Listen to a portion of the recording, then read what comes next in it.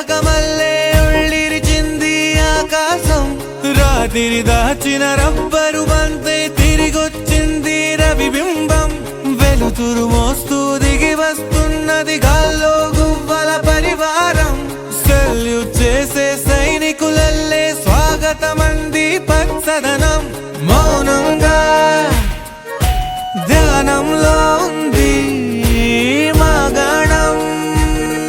చిట్టి పట్రంగి పిట్టల టిక్కు టిక్కు కొమ్మ రంగల్ల మైనాల కుక్కు